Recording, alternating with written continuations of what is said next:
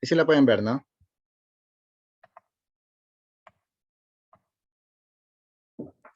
Otra vez quedó a la mitad. Ahí sí, ¿no? Ahí sí. Ok.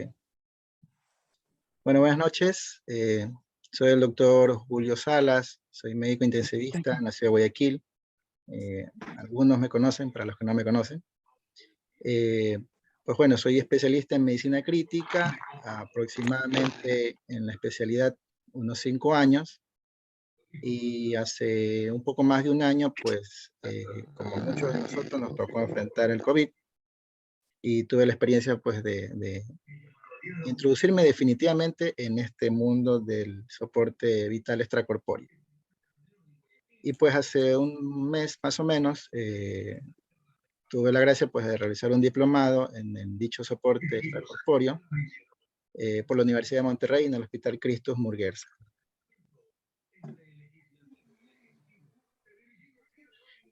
El día de hoy es un poco amplio, como les mencioné, voy a empezar yo pues con la historia del ECMO, que les dije que suele ser un poco tediosa, pero trataré de hacerlas atractivas. Luego le daré el paso a Juan Fuentes, que está desde Colombia, pues que nos ha hecho el favor, y pues obviamente hablará de la anatomía y la fisiología del circuito. Y para finalizar, regresaré yo con las indicaciones, contraindicaciones de esto, y seguimos avanzando en los demás días.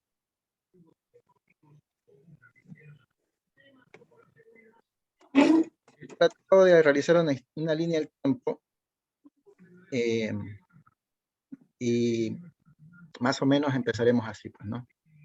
Definitivamente el soporte extracorpóreo es perfusión. Esa es la realidad. Pues se inicia, pues, hace mucho tiempo atrás, 1628, Harvey. Esta es una gráfica de su publicación, en el cual se da cuenta, pues, que existe un movimiento del corazón y la sangre en animales. Este es Robert Hooke, el cual conceptualiza la idea de un oxigenador. Quizás para los que no se hayan con el ECMO,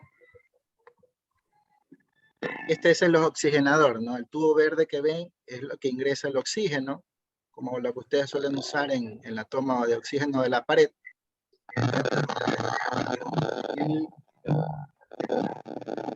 Y pues este es bañado en sangre desoxigenada, ingresa a la sangre y luego es oxigenada y de vuelta al organismo, pues, ¿no?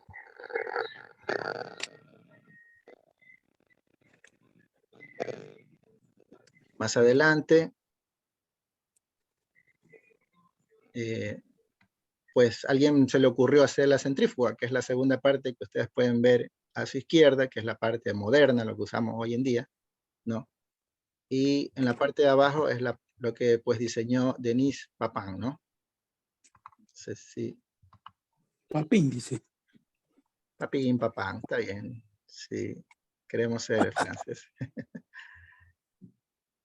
Ok. Está bien, ¿no? La pronunciación, está importante.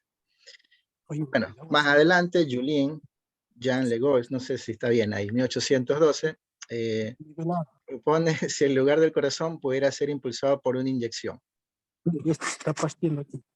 sino que también podría volver a producirse después de una extinción total. Esto es un dato importante porque van a ver más adelante cosas que entran un poco en la oscuridad, pero es importante, ¿no? Entonces, hasta ese momento ya hemos conceptualizado esto, ¿no? Para quienes han visto una máquina de soporte extracorpóreo, la centrífuga, que es la parte de la derecha, ¿no? Simularía el impulso cardíaco, y el oxigenador, que es el pequeño tamborcito rojo de tapa azul, pues simularía al pulmón artificial. Seguimos avanzando, tenemos en los años 1800, ¿no? John Phillips Kay. Perdón, un ratito. John Phillips Kay, ¿no? observó que la sangre arterial es más favorable a la contracción de los músculos que la venosa. Pudieran ser cosas triviales, ¿no? Pero que eran grandes avances para ese momento. Carl Edward Lovell usa sangre desfibrinada para perfundir riñones porcinos en experimentos que relacionan la perfusión de riñones con la producción de orina. Esto sí es un dato importante porque, como lo pueden leer, es la primera vez que se... ¿Alguien tiene el micrófono encendido? ¿Puede silenciarlo, por favor? Es la primera vez en que se hace perfusión a un órgano y se consigue que el órgano tenga una función, que en este caso los riñones era la producción de orina, pues, ¿no? Brown-Séquard, que lo conocemos muy bien, pues, de los síndromes y todo esto, agita sangre oscura en el globo, ¿no? Junto con oxígeno y la torna a un color rojo brillante porque la oxigena. Terry Bradley, ¿no? Patentaron la bomba de rodillos, que era la gráfica que ustedes ven a la izquierda, pero que actualmente para quienes han entrado quizás a cirugía cardíaca, podrán verla más o menos así, ¿no? Eso quizás Juan lo explicará un poco más adelante.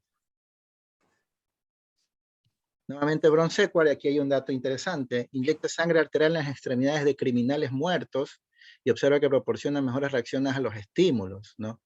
Es algo que pues algunos ya lo incluyen en el esoterismo y quizás un poco hasta de brujería, pues, ¿no? Un avance importante, Louis Schmidt intentan oxigenar la sangre desfibrinada, agitándola en un globo nuevamente, ¿no? Y informan una corriente artificial de sangre arterial, con lo cual se conserva la habilidad de músculos y nervios y también la restaura después que se había pues agotado. Este es otro grande hace un aporte al ECMO, ¿no? Es Van Schroeder, usa un oxigenador de burbujas para oxigenar un riñón aislado, ¿no? Nuevamente simplemente un video que les coloco de la experiencia que tuvimos, ¿no? Algo pequeño. Pues por una de las cánulas pueden ver que extrae sangre, llega hasta el oxigenador que está en la parte posterior y retorna oxigenada dicha sangre, pues, ¿no?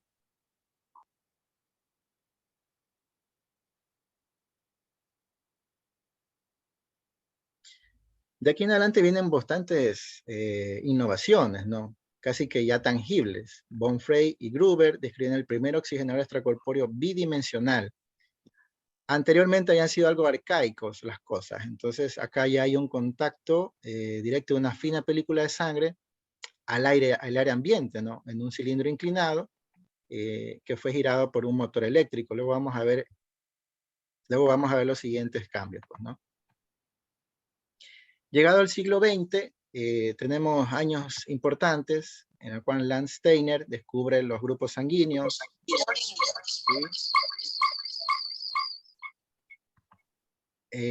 Seller se da cuenta que la falta de glóbulos rojos resulta de una falta de oxígeno que lesionó el sistema nervioso central. Esta es una figura de una cirugía cardíaca, ¿no? Y es importante, pues, reconocer que la pérdida sanguínea es deleteria, pues, ¿no? Para el organismo.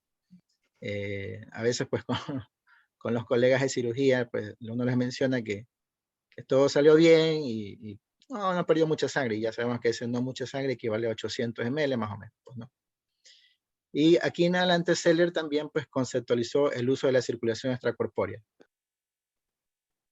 Recordemos que es la circulación extracorpórea la que permite, pues, que se pueda, que se pueda derivar en lo que termina es el ECMO, pues, ¿no? Ya como sabemos, los intensivistas somos muy metidos y lo que había en quirófano queríamos tener en la UCI, ¿no? Aquí hay un dato importantísimo. Jane McLean, cuando era estudiante, ¿no? Del John Hopkins, estudiante de medicina, descubre la heparina de los hígados del perro, pues, ¿no? Heparina derivado de la palabra griega heparin. Otro punto oscuro, quizás, en el ECMO, es el aporte de los rusos Brukovenko y Techulin. Ellos desarrollan el autoinyector, que era una inyección gigante, por decirlo así, ¿no? Y realizan cirugías a corazón abierto en perros. mantiene la circulación animal durante 2 horas después de que se detiene el corazón. Hubo una película controversial que se expuso a científicos en Estados Unidos, en Nueva York, en la cual, como pueden ver en la gráfica superior, pues habían cabezas de perros que se los volvía a perfundir, y se veía que había movimientos, ¿no? Entonces, como saben, esos experimentos pues sucedían. Terebinsky utilizó el autoinyector y cambió las válvulas en animales vivos, ¿no? Hasta aquí casi todo eran animales. Y aquí está John Heisman Gibbon Jr., quien es el que crea la máquina corazón-pulmón, ¿no? El 3 de diciembre de 1930, Gibbon, Kirkling, para que logran desarrollar un oxigenador, ¿no? Y con éxito operan gatos, ¿no? Utilizan el bypass cardiopulmonar en gatos, quienes sobreviven 10 a 20 minutos antes de la decanulación, o sea, antes de retirarles las cánulas, que son unos tubos que van en los vasos sanguíneos, que extraen sangre y retornan sangre, ¿no? Siguen experimentando en gatos. Gibbon soporta gatos por 117 utilizando la máquina corazón-pulmón. Chargas y Olson observan que la protamina prolonga el efecto de la insulina, buscando en realidad un anticoagulante de mayor duración. Observan lo contrario y así descubren la capacidad para revertir la heparina, ¿no? Un dato importante para que este soporte extracorpóreo sea prolongado, duradero. Aquí un dato interesante, pues empezó la Segunda Guerra Mundial, ¿no? Y los experimentos, los avances de John Gibbon, el padre de la circulación extracorpórea, se detienen, ¿no? Y finalmente él luego logra unirse con IBM, ¿no? Para desarrollar más la máquina corazón-pulmón. Y aquí yo me pregunto qué hubiera pasado si Gibbon hubiera conocido a Steve Jobs, ¿no? En el siguiente periodo del siglo XX hay dos grandes personajes que aportan a la circulación extracorpórea. Uno de ellos es Walton Lilly Hay y John Kirkling, ya que aquí pues Gibbon pierde un poco la esperanza. Clarence Dennis intenta reparar un defecto interauricular a una niña, es la primera persona que usa la máquina corazón-pulmón en un humano, pero no lo logra, ¿no? La niña fallece. Y Mario Dogliotti, un italiano, utiliza el oxigenador de burbujas para bypassar el corazón derecho y resecar un tumor del mediastino. Esto fue logrado con éxito. No sé si lo pueden leer. Gibbon utiliza su máquina corazón-pulmón con éxito en perros y logran sobrevivir al 90%. Nuevamente Gibbon utiliza el mismo dispositivo que utilizó con los perros en una niña de 15 meses de edad y logra reparar un defecto septoatrial congénito, ¿no? Pero debido a un error diagnóstico, y la verdad es que de aquí en adelante lo menciona en muchas ocasiones, no tuvo un buen resultado, ¿no? Siempre a veces queremos contar el lado bueno de las cosas, ¿no? Gibbon, nuevamente, tuvo el primer uso exitoso de ECMO, ¿no? Gibbon y su equipo corrigen exitosamente un déficit atrioceptal en una mujer de 18 años, y el bypass duró 45 minutos, ¿no? A la izquierda ustedes pueden ver el tubo blanco, ¿sí? Que es impulsado a modo de dedos, ¿no? Como cuando uno abre estas bombas peristálticas ahora que hay en la UCI, ¿no? Y por la cual se impulsaba la sangre, ¿no?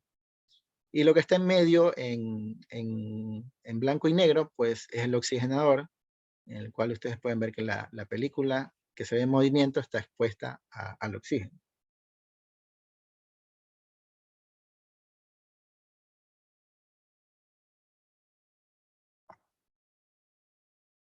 Vamos avanzando. Ahí tenemos una foto de Gibbon, pues el éxito inicial no pudo ser repetido, y como nuevamente se menciona, debido a un diagnóstico erróneo, ¿no?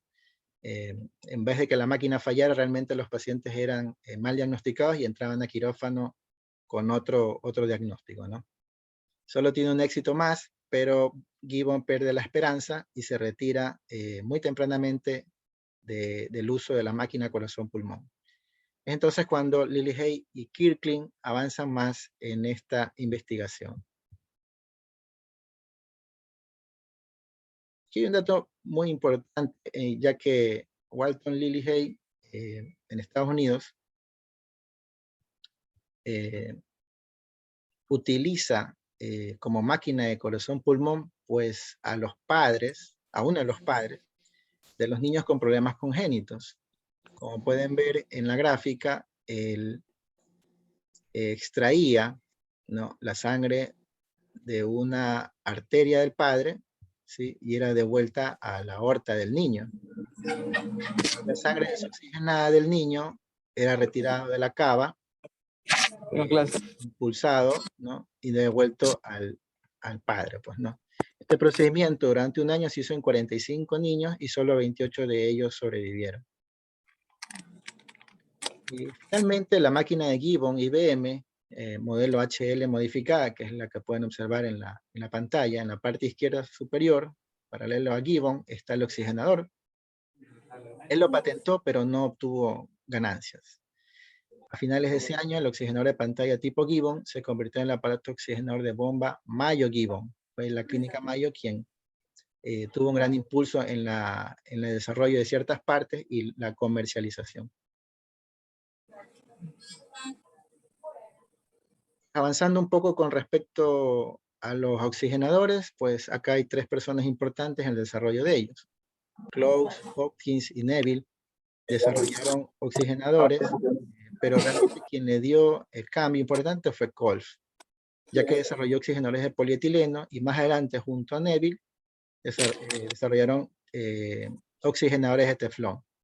A la derecha, a color, pueden ver pues el oxigenador que más creería yo que se usa acá en Guayaquil, que se utiliza pues las fibrillas blancas que las pueden ver que se cortaron. ¿Puede alguien, Julio, ¿puedes por silenciar a todos, favor, por favor? silenciar sus micrófonos? Están silenciados. Acá está. Ok. Listo. Vamos avanzando. El desarrollo de la bomba de rodillos, pues en esta misma época, en los 1950, esto es simplemente la misma máquina que han observado en la circulación extracorpórea, para quienes no la han podido observar en quirófano. Es esto, ¿no? Es un rodillo que hace impulsar a la sangre, ¿no? Entonces, creería yo, si uno quisiera empezar en esto del ECMO y no tiene muchos pacientes ECMO, junto a un perfusionista podrían hacer un buen comienzo. Entonces llegamos a la mitad del siglo XX y pues tenemos 3 grandes avances, ¿no? Bueno, no necesitan presentación. En la parte izquierda baja está el doctor René Favaloro, quien ideó el bypass coronario, ¿no?, en argentino. En medio están las válvulas cardíacas que se desarrollaron en esa época y que hoy en día pues es una demostración de lo que se hace en quirófano el día a día, pues, ¿no? Y por último, el 3 de diciembre de 1967, Christian Barnard realizó el primer trasplante cardíaco, pues, ¿no? Por último, y quizás un personaje muy poco conocido, como suele pasar en la medicina, en su parte superior izquierda pueden observar a Bennett Mitchell, quien fue uno de los primeros perfusionistas, ¿no? Muchos artículos hablan siempre de nosotros los médicos y muy poco de los perfusionistas. Y honestamente creo que este campo es el fuerte de ellos. La primera vez que Gibbon pensó en el uso de una máquina corazón-pulmón, él cuidó un caso de una paciente con un tromboembolismo de pulmón, y él pensaba que su máquina podía ser el soporte mientras se reparaba, se extraía, ¿no? Se hacía la embolectomía. Esto se hizo por 2 diferentes grupos, no lo hizo Gibbon, ¿no? Ahí pueden ver la gráfica, la trombosis, pues, ¿no? El primer artículo o libro de cirugía cardíaca o de bypass corazón-pulmón, publicado por Galetti y Brecher. Y pues acá está Christian Barnard, cuando realizó el primer trasplante cardíaco en Sudáfrica, ¿no? no imagináramos hoy en día que alguien, si iría a hacer un trasplante cardíaco, pues iría a Sudáfrica, a lo mejor iría a otro tipo de país. No, primer trasplante cardíaco de humano a humano. Ya veremos al final esta puntualización. Como siempre, pues la medicina va de la mano con la biomedicina o la tecnología. Tenemos a Akram Towich, que está en esa gráfica izquierda superior junto a su hermano, ¿no? Quien introdujo el balón de contrapulsación intraórtico, que es el dispositivo que pueden ver en el centro. Y al final, y que es uno de los mensajes importantes de este seminario web, pueden ver a Barnard, a Kangrowski y otros médicos reunidos colaborando, ¿no? Y definitivamente el desarrollo del ECMO es en equipo. Eso lo ha demostrado el tiempo y es algo que se aboga mucho, y pienso yo que si la medicina viera las cosas en equipo, pues avanzaríamos mucho mejor. Y por último está un científico que hizo trasplantes cardíacos, pero en perros. No recuerdo el nombre de él. Nuevamente Galetti, aquí con un oxigenador Branson. En la flecha pueden observar cómo eran los oxigenadores de esa época, lo cual le daba una extensión de superficie de 6 metros cuadrados, ¿no? Él propone uso de canales capilares en las láminas, ¿no? Que son nada más que láminas huecas en los oxigenadores, ¿no? Lo cual hace más amplia la superficie para poder hacer un intercambio entre el oxígeno y el CO2 de la sangre. Llegamos a los 1970 y nace el ECMO como tal, ¿no? A su derecha, en la gráfica más grande, pues está Robert Bartlett, que se lo conoce como el padre del ECMO, tal como lo conocemos. Pero la primera vez que se lo hizo, pues lo hizo John J. Donald Hill, junto a Branson, el cual pueden ver el oxigenador ahí, ¿no? Ese tambor gigante. Seguramente aquí había una volemia entera de un ser humano, y lo sostuvo el paciente por 75 horas, ¿no? Y Robert Bartlett, que es el caballero que pueden ver ahí, estaba pues en su práctica clínica y le comunicaron de un caso de una niña, hija de inmigrante, abandonada en el hospital donde él trabajaba, y había aspirado meconio, una indicación fuerte hoy en día para el ECMO neonatal, y él decide pues ingresarla a ECMO. Se dice que estuvo 3 o 6 días más o menos.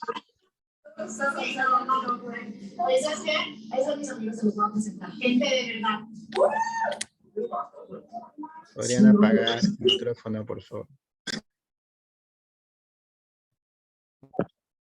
Ok. Bueno.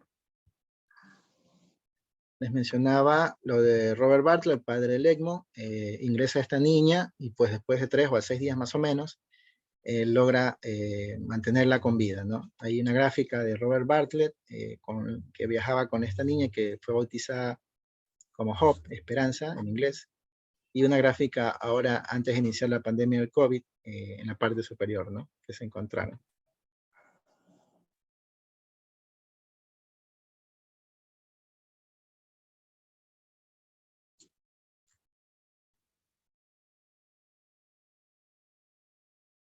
Entonces tenemos el ECMO como lo conocemos ahora. Tenía grandes avances, más que nada para lo que era el ECMO neonatal y pediátrico. En el adulto todavía tenía un largo periodo para ser estudiado, ya que pues hubo un estudio del National Institute Health en el cual se comparó ECMO con terapia convencional. Para ese momento era la ventilación mecánica convencional, antes de los cambios del año 2000 que todos ahora conocemos. Y ciertamente no era la mejor ventilación, y tampoco el ECMO como lo conocemos ahora. Y en los dos grupos tuvieron una sobrevida del 10%, ¿no? Acá les muestro un pequeño gráfico de uno de los pacientes que teníamos en ECMO, ahí está despierto, ¿no? Estábamos pues con la intención ya de tenerlo más participativo. Es algo que, como se menciona, existe pues una curva de aprendizaje, ¿no? Más adelante, pues Colobou, que es el hombre de la izquierda, y Gattinoni, que muchos de nosotros lo conocemos a la derecha, desarrollan lo que se denomina el ECO, ¿no? El extracorporeal CO2 extracción, ¿no? Es simplemente la extracción de CO2, que el equipo ha avanzado tanto, no hablaremos mucho de eso en este webinar, pero para que lo conozcan, ahora existen dispositivos en que por una vena, por el mismo impulso de la vena, avanza la sangre hasta un oxigenador y es de vuelta, ya obviamente esta sangre rica en oxígeno, al organismo por otro vaso sanguíneo, pues, ¿no? Y llega el ECMO más que nada en adultos para poder ser estudiado, ¿no? Este paper, pues por muchos de los autores que pueden ver, el más importante que lo realizó fue Warren Sapol, ¿no? Fue realmente un golpe duro contra el ECMO, ya que para esa época, estamos hablando de 1979, no demostró ser un beneficio, ¿no? Como pueden ver la curva de la derecha, la sobrevivencia de los pacientes era ínfima, ¿no? No llegaba ni al 10% después del día 10. Entonces, después de este año, hubieron más o menos 15 años en que muchos se desanimaron y quisieron casi que dejar abandonada al ECMO. Quizás, está por ahí pronto Antonio, sea para aprendizaje, ¿no? Algunos escuchamos el estudio de Oscar o Osiley con respecto al BAFO y ya decimos no BAFO, nunca más, ¿no? Quizás a lo mejor necesitamos más experiencia, más experticia, y los centros que se dedican a este tipo de ventilación mecánica es los que nos pueden dar luces, pues, ¿no? Al finalizar este siglo XX, casi al finalizar, hubieron grandes importantes desarrollos, como el oxigenador de fibras, ¿no? El uso de la ciclosporina para evitar el rechazo en el trasplante cardíaco, ¿no?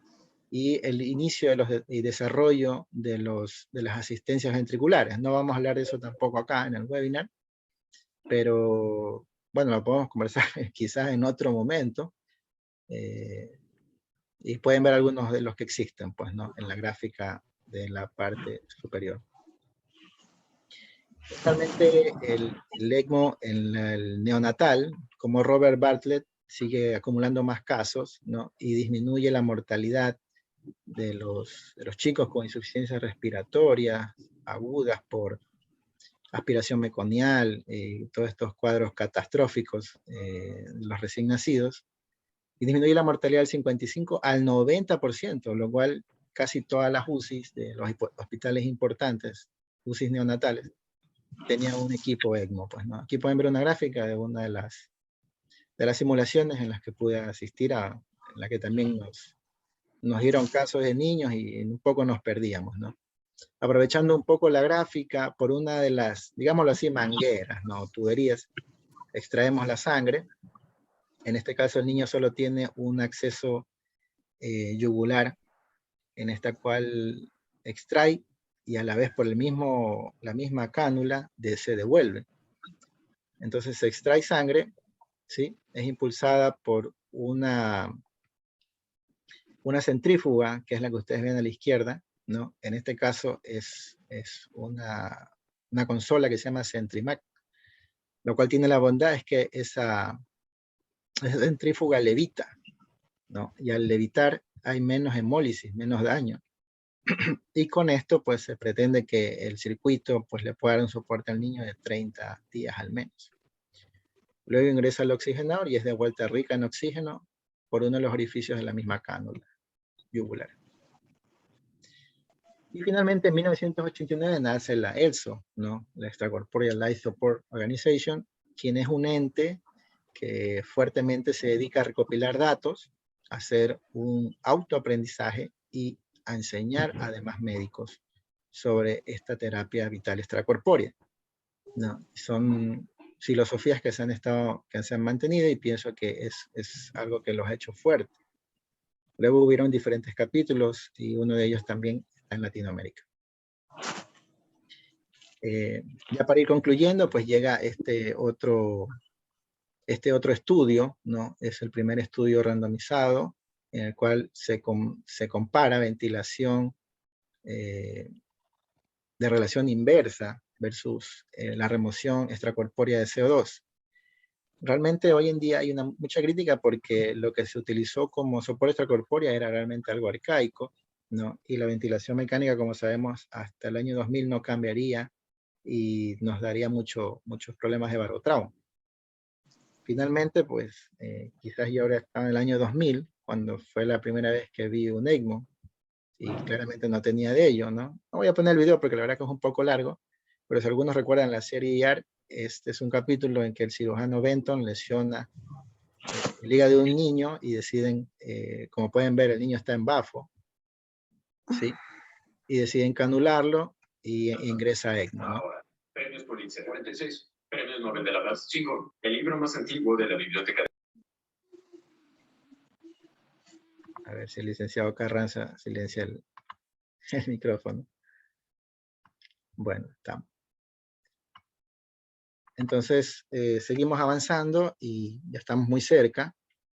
En los años 2000, 2010, tenemos las dos grandes partes importantes del circuito ECMO, que Juan lo va a explicar más adelante, como es la centrífuga, que es el gráfico que pueden ver a la derecha, ¿no? Está cortada por la mitad, por la parte superior ingresa la sangre, y por unas aspas que se mueven, ¿no? En sentido horario, impulsan la sangre y sale por uno de los orificios laterales que pueden ver también ahí.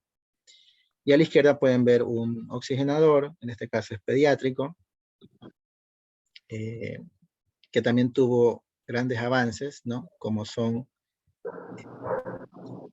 el polimetilpenteno, ¿no? Que son pues la parte moderna y que hizo que evitara la fuga de plasma, que hubiera una superficie mejor de intercambio gaseoso, como mayores adelantos, pues, ¿no?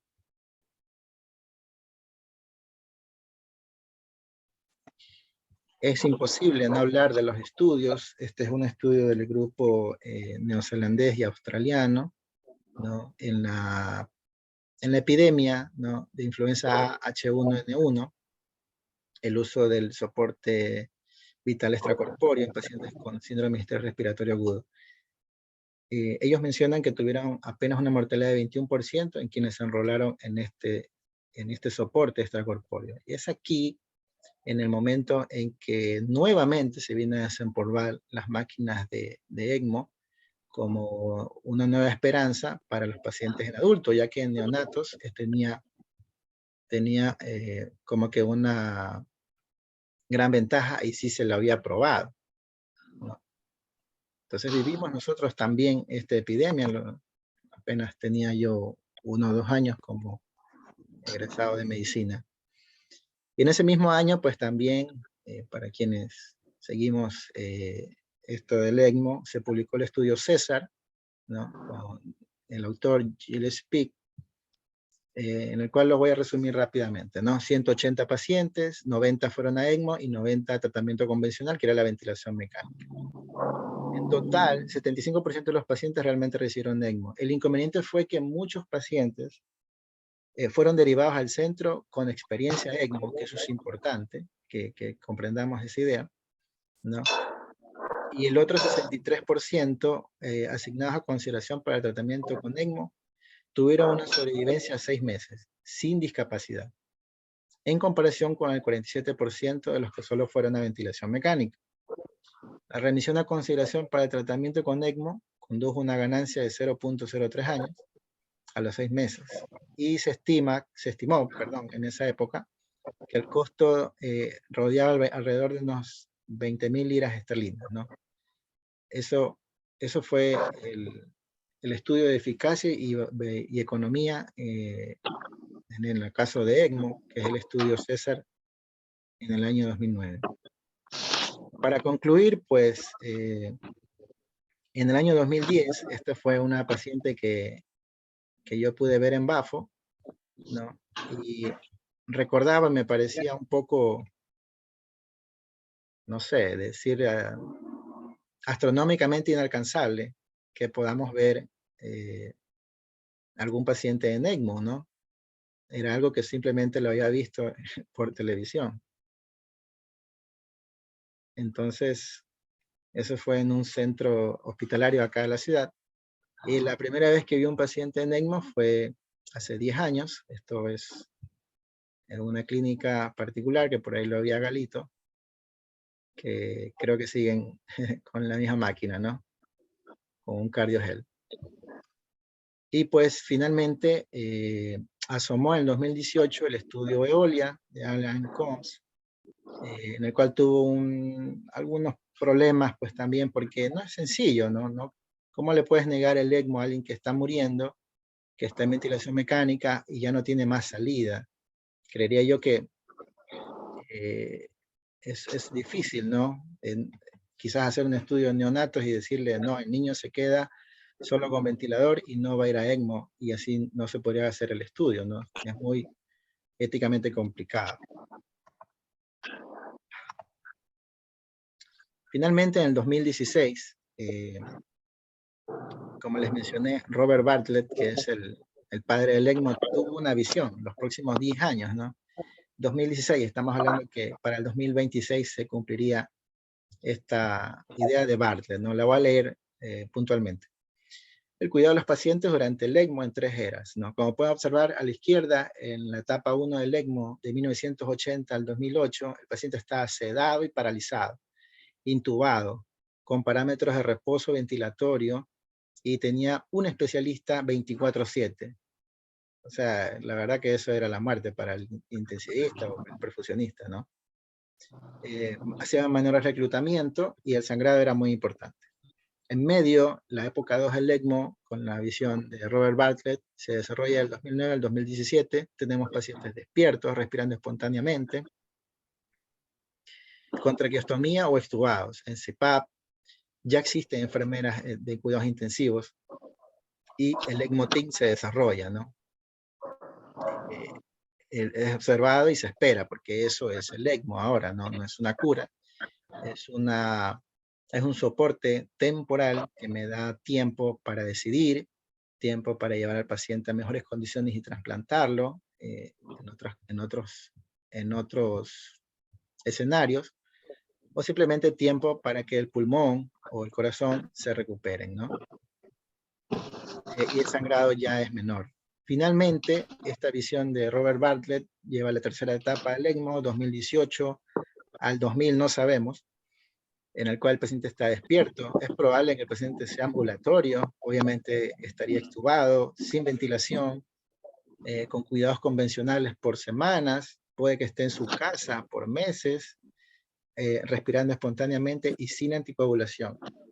Hace unos meses se presentó el congreso, el EuroELSO, ¿sí? En Londres, y hablaron de superficies, que bueno, eso un poquito, Juan lo va a explicar más, ya tienen mejores sustancias mejor biocompatibles para el circuito, lo cual haría que el soporte pueda durar más tiempo, pues, ¿no? Y nos ahorraría el problema de la anticoagulación. Para acabar, pues simplemente quería mencionarles que esta es nuestra experiencia, pues en el 16 de junio del 2021, hace algo más atrás de un año, en un centro privado de la ciudad, pues mis cirujanos con lo que me dedico a hacer cirugía cardíaca, me propusieron la idea de encargarme de un ECMO. Entonces pueden ver que la cánula extrae la sangre de la vena femoral, la lleva a esa máquina que es un impulsor, un rotor, si ven la sangre oscura, y llega al oxigenador, donde está esa tapa azul, las mangueras que están abajo van conectadas a un agua, en la cual hace que la sangre no esté fría, sino que pase y pase tibia de nuevo al organismo. Ese tubo verde es el oxígeno, es el que conduce el oxígeno a la pared, a este oxigenador, y la sangre sale de otro color, pueden ver claramente, roja, ¿no? Ahí está un sensor de flujo, flow, y de vuelta a la yugular del paciente, ¿no? En este caso era un paciente en ECMO venoso, ¿sí? Y pueden ver ahí un poco la consola y la configuración en que estábamos, ¿no? 5 litros, creo que 2500 revoluciones, no recuerdo bien. El aparato que ven atrás es el intercambiador de calor, ¿no? A ver, ahí creo que nos vamos. Bueno, ese era el monitoreo de nuestros pacientes, estábamos monitoreando presiones, lo usual para otro tipo de paciente crítico, ¿sí? Creía yo que, bueno, teníamos algo de sedación, era su primer o segundo día.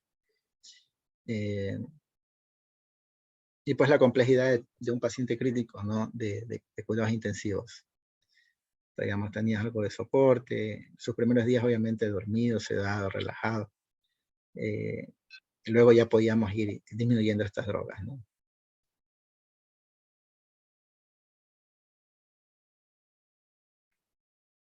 Y finalmente, llegará esto a Ecuador. Al menos no lo conozco, ¿no? Hace poco estuve en un congreso y sé que han tenido la experiencia de hacer SPR. SPR significa el paro cardiorrespiratorio asistido con ECMO. Después del minuto 15, 16, se activa el equipo de ECMO mientras estamos dando un buen RCP de alta calidad, ¿no? Sobre todo con lo que es el masaje cardíaco, ¿no? Mientras a este paciente se lo canula, se ingresan las cánulas generalmente femorales, que es lo más práctico, de manera percutánea, como cualquiera de nosotros ha colocado una vía central, obviamente con sus ciertas particularidades, pues, ¿no? Estamos hablando de grandes accesos.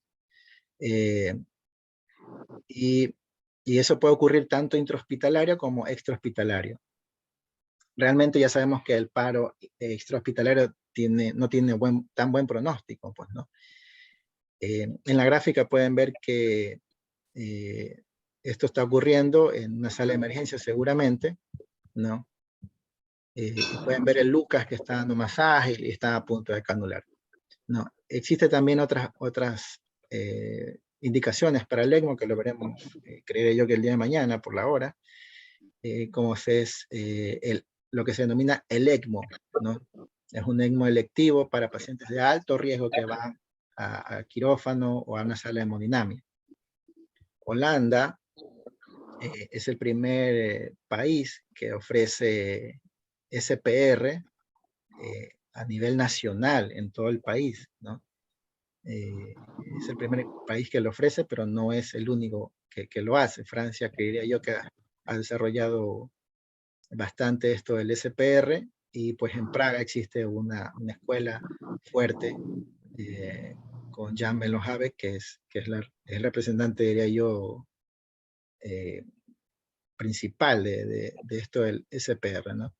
Y finalmente, pues ahora, en 2021-2022, los españoles, que como siempre van a la cabeza con lo que se refiere a trasplantes, hablan de esto. Esto se llama PAN-ECMO, ¿no?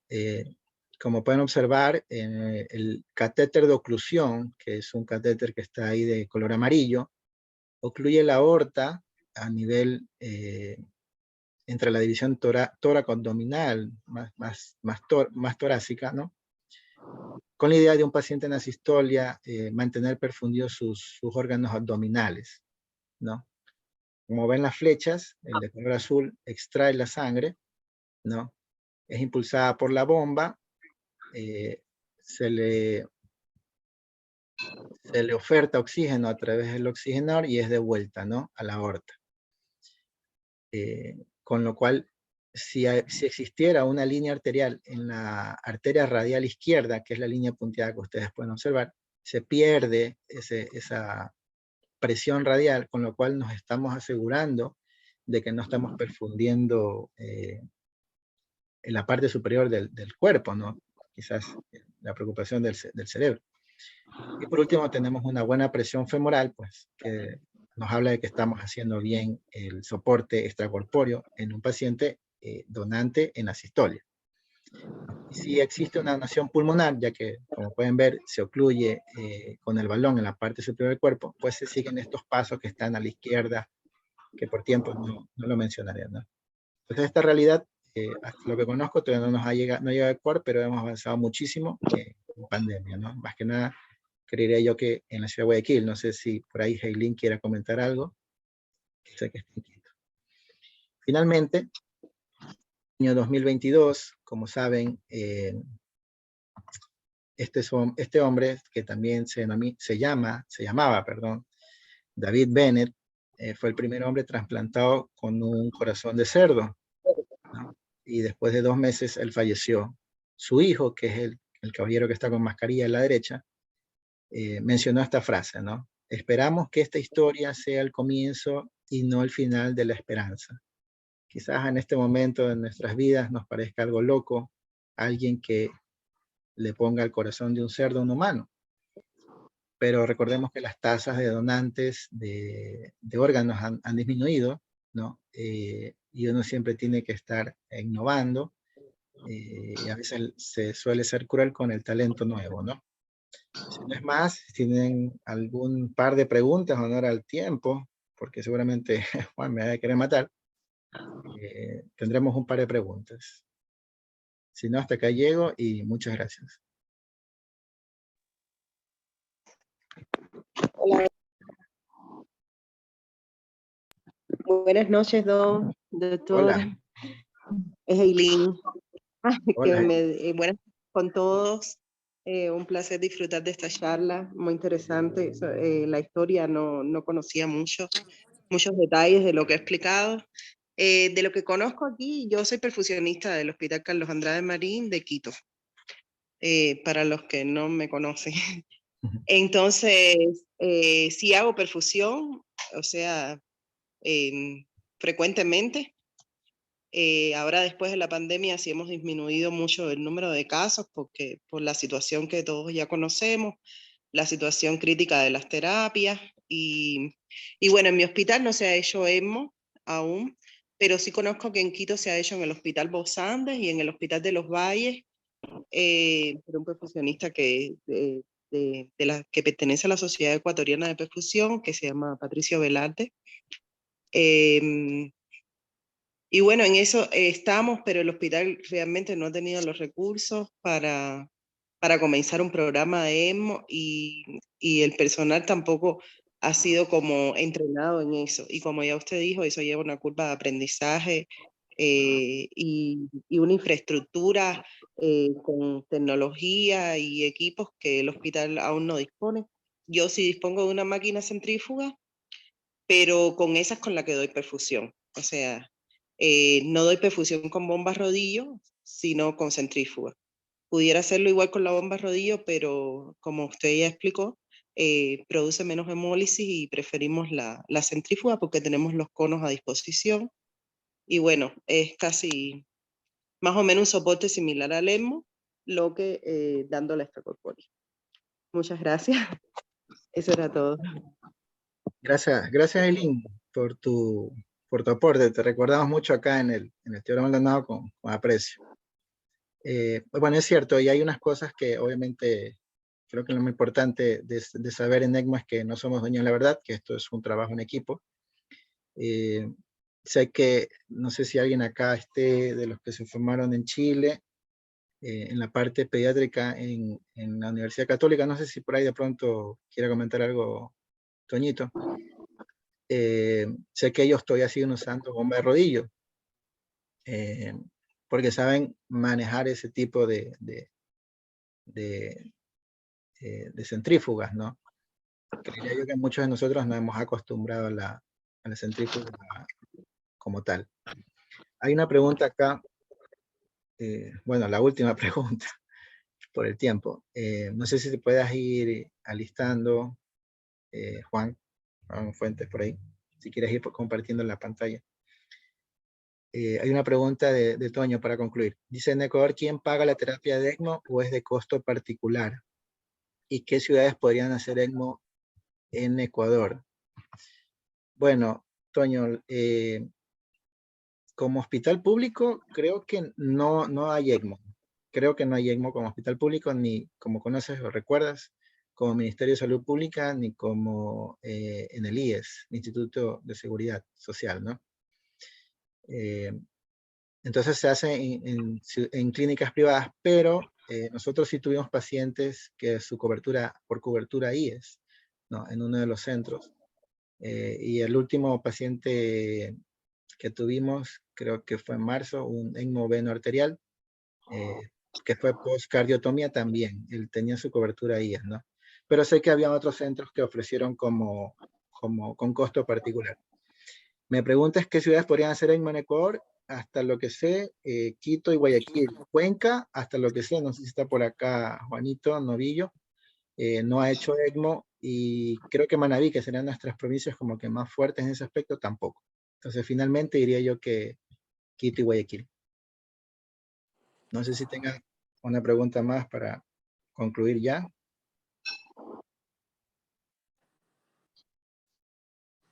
Bueno, déjame, Juanita, déjame empezar a grabar y te presento, ¿sí?